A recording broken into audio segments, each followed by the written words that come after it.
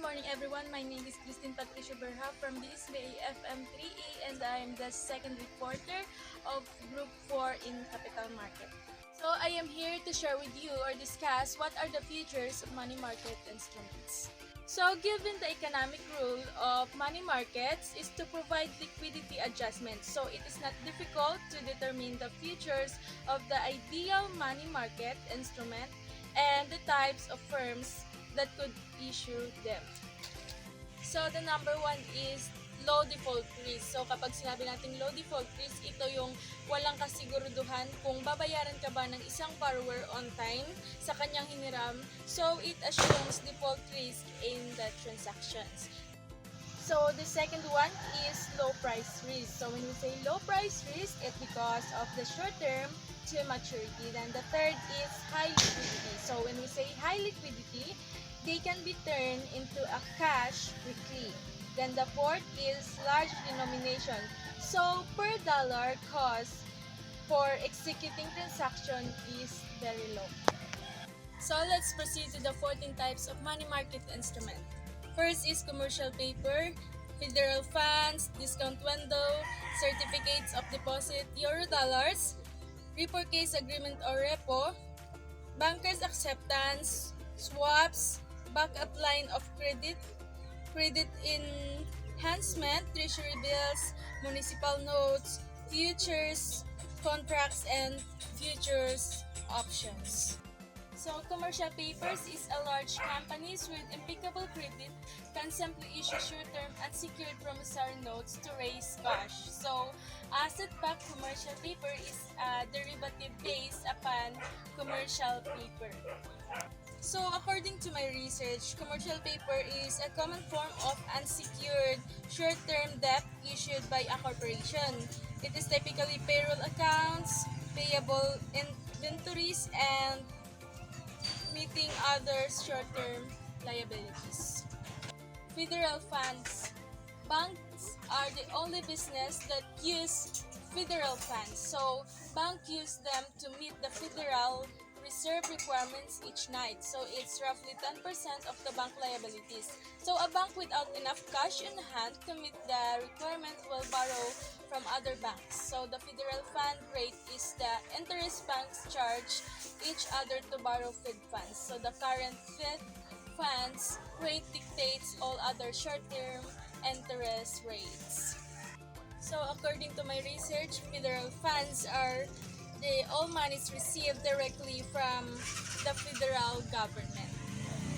So discount windows. So when we say discount window, if a bank can borrow Fed funds from another bank, it can go to Fed's discount window. So the Fed intentionally charges a discount rate that's slightly higher than the Fed funds rate. So it prefers banks to borrow from each other. So most banks avoid the discount window, but it's there in case of an emergency. So according to my research, discount window plays an important role in supporting the liquidity and stability of banking system and effective implementation of monetary policy. So let's proceed to the certificates of deposit. So when we say the certificates of deposit, this is a bank issue certificates of deposit to raise short-term cash. So their duration is from 1 to 6 months. The CDS pay the holder higher interest rates the longer the cash is held. So according to my research, certificate of deposit is a money market instrument is issued in a dematerialized form against funds deposited in a bank for a specific period. So with a maximum tenure of 12 months, certificate of deposit or CDS allow you to invest your money for a limited period of time. So fifth is Eurodollar. So when we say Eurodollar is a bank also issues CDS in foreign banks. So these are held in euros instead of US dollar. So according to my research, Eurodollars are bank deposit liabilities denominated in US dollars but not subject to US banking regulations. So for the most part, banks offering Eurodollars deposits are located outside the United States. So let's proceed to the repo case agreement or repo. So when we say repo is when a bank issues securities but promises at the same time to repurchase them later at a higher price. So this often means the next day will with a little added interest. Even though it's a sale, it's booked as a short-term collateralized loan. So the buyer of the security, who is actually the lender, it executes a reverse repo. So according to my research, repurchase agreement or repo is a function in effect as a short-term collateral back interest-bearing loan. So the buyer acts as a short-term lender while the seller acts as a short-term borrower. So the securities being sold are the collateral. So let's proceed to the banker's acceptance. So when we say banker's acceptance, this works like a bank loan for international trade. So the bank guarantees that one of its customers will pay for goods received. So typically 30 to 60 days later. For example, an importer wants to order goods, but the exporter won't give him credit. So he goes to his bank with guarantees the payment. So the bank is accepting the responsibility for the payment. So number 8 is swap. So when we say swap, it is a contract between two parties to exchange all future interest rate payments from a loan. So they are a type of derivative. So the value of the swap is derived from the underlying value of the two streams of interest payments. Swap allows banks to act as middlemen for companies that want to protect themselves from changes in interest rates. So swaps are like exchanging the value of the bonds without going through the legalities of buying and selling actual bonds. So most swaps are based on bonds that have adjustable rate interest payments that change over time. So swaps allows investors to offset the risk of changes in future interest rates. So number 9 is backup line of credit. So backup line of credit is a short-term note that protects the investors in a company. So here, a bank will guarantees to pay 50% to 100% of the money market instrument if the issuer defaults. So according to my research, it protects investor in the event that a company defaults on its unsecured commercial papers. So number 10 is credit enhancement. So when we say credit enhancement, it is the bank issues a letter of credit that it will redeem the money market instrument if the issuer does not. So it is a strategy for improving the credit risk profile of a business, usually to obtain better terms for repaying debt. So number 11 is treasury bills. So when we say treasury bills, it is the federal government raises cash by issuing treasury bills. So their duration is for 1 year or less. So it is a short-term debt instrument issued by the Philippine government through the Bureau of Treasury or BTR with original tenors of 91,182 and 664 days. So you can earn from the difference between the settlement value and the par value upon maturity. Number 12 is municipal notes. So when we say municipal notes, it is the cities and states issues short-term municipal bonds to raise cash. So the interest payments on these are exempt from federal taxes.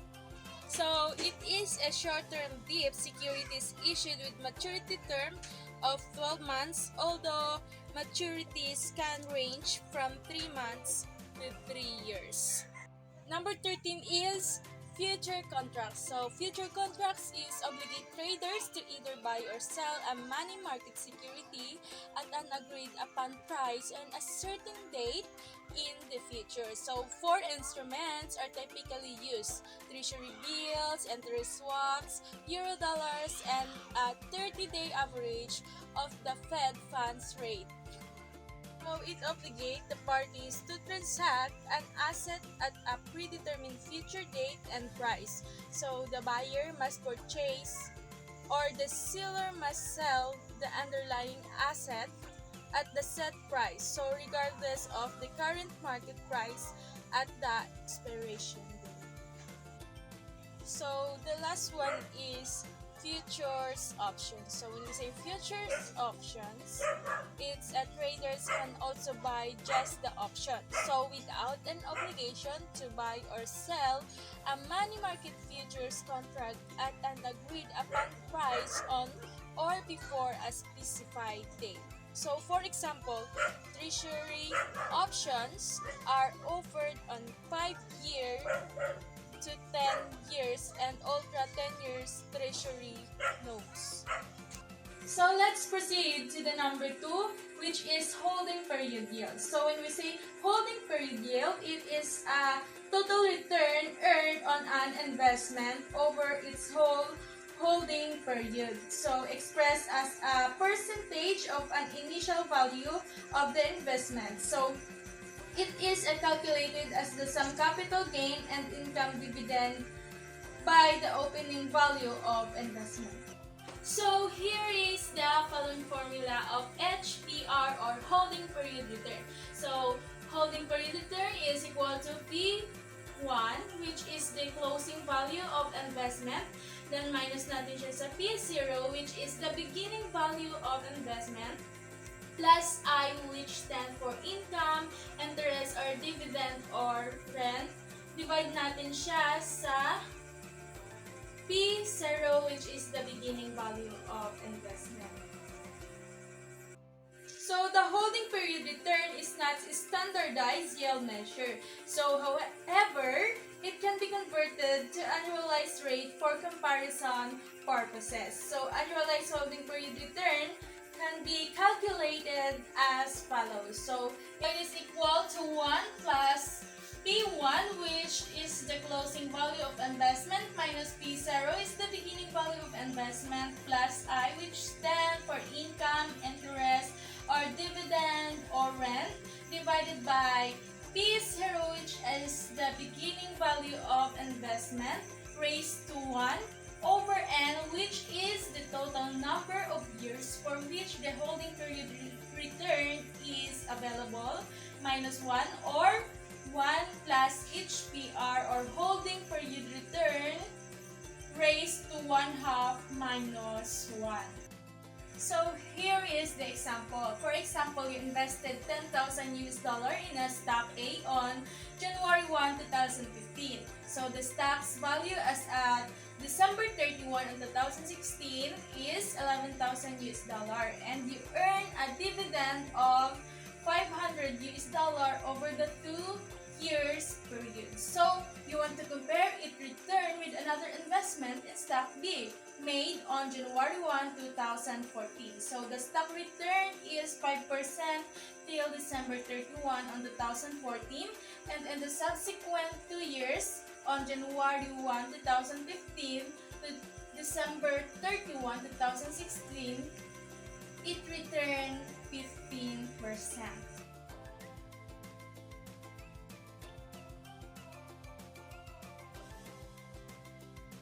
So first, we need to work out the holding period return for stock A. So holding period return or HPR is equal to $11,000, which is the stock value as at December 31 in 2016, minus $10,000, which is you invested in stock A on January 1, 2015, plus $500, which is you earn a dividend over the 2 years period over $10,000, which is you invested, is equal to 0.15 times natin siya sa 100 para makuha natin yung 15%. So the answer is 0.15 or 15%. So let's proceed to the annualized holding period return of stock A computation. So it is equal to 1 plus 15%, which is the holding period return of stock A na nakuha natin kanina. Yung computation natin is 15% raised to 1 half minus 1. The answer is 1.07238 times 100 para makuha natin yung answer na 7.24%. So the answer is 7.24%. And that's the holding period yield. That's all.